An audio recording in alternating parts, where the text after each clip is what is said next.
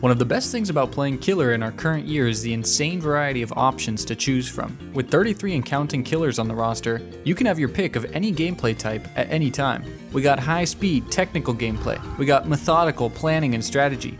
Ranged killers? We got those too. Macro killers, stealth killers, jack-of-all-trades killers? They're all here. Do you like cheating? There's a killer for that too. Playing Killer in Dead by Daylight is great because it really allows you to play whatever type of game you like, whenever you like. Unfortunately, this is not true for Survivor. Although every Survivor has the same base kit controls, their gameplay is dictated by the killer that's chosen. If you're playing against Blight, I hope you can make quick decisions and chase. Hag, you need to be playing around her and disarming traps at the right times. Plague requires you to be comfortable while injured. Sadako needs a lot of game knowledge to avoid instant death. One of Nurse's main counters is knowing how to be stealthy.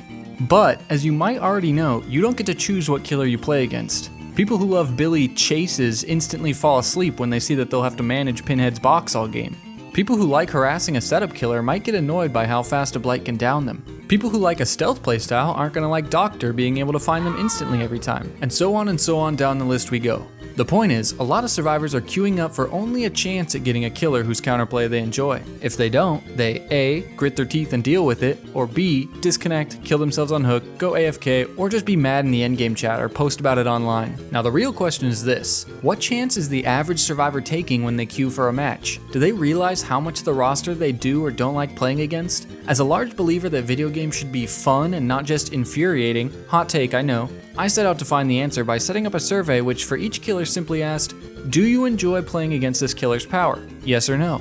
I also asked people not to consider killer stereotypes, for example how Wraith mains seem to use DBD as an outlet for their sadistic tendencies. Just, do you enjoy playing against the killer's power? That's it. And after almost 1,000 responses, I found the answers pretty depressing. The raw data show that the average DBD player only likes playing against 59.7% of the killers in total, a bit less than 2/3 of the roster. But that's not the actual chance they have to enjoy a game when they queue up. For that, I factored in every killer's pick rates using the DBD data website Nightlight, and I found that the average player had a 63% chance of actually enjoying playing against the killer power that they were about to queue into a match against. This means that the average DBD player would probably rather skip 1/3 of their matches before they even started. If we go out one standard deviation, which means we're looking at 68% of the player base, a majority, we see that that group enjoys anywhere from about half to 3/4 of their matches. Now you might think, that sounds pretty normal. Maybe you play a different multiplayer game and you find that after your session, you only really like 2 out of every 3 matches you had as well.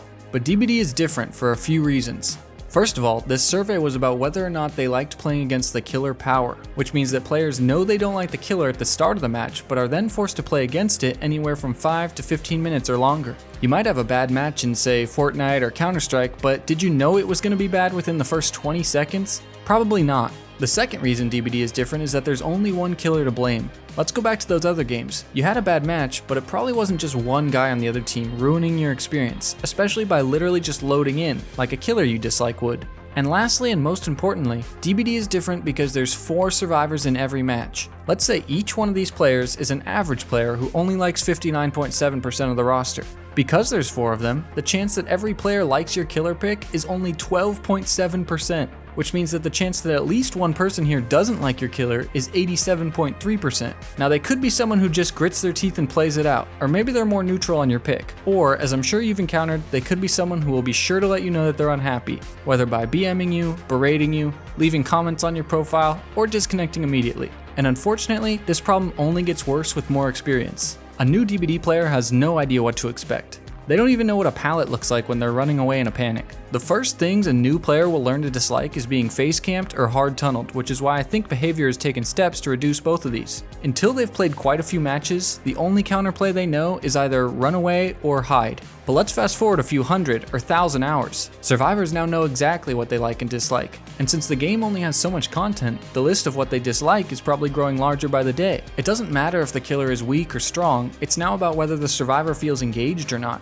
Trapper? Boring. Go next. Trickster? Next. Zoning killer? Next. Oh, finally a Blight. I love these. Oh wait, he's cracked. Go next. Map offering I don't like? Alt F4, don't even need to load in. If we apply our chance of enjoying a game number to a survivor main, the average 1,000-hour player has wasted over 370 hours playing against killers they don't even like. That's more than 2 weeks of their life. So now we have an increasingly negative veteran player base to set a bad example for any new players joining. Now after all this, if your reaction to this is still, so what? Every game has parts you don't like. I would say you're getting conned. Consider the possibility that you've sunk too much time into a game that you would get a D- in if your enjoyment was graded. Because when I took my own survey, I found that I liked going against 85% of the roster. I can live with a B, no problem. But if that got down to 70, 60, 50% enjoyment, which is what 18% of the survey responses were underneath, oh, I'm definitely quitting. And truthfully, I wish these people would too. So here's my test to you, because I'm sure a lot of you are saying, I'm not this average survey survivor you speak of. Go to nightlight.gg, sort by pick rate, pull up your handy dandy calculator, and simply add the numbers of the killers you actually enjoy playing against, not just tolerate. Video games are supposed to be fun, not tolerated.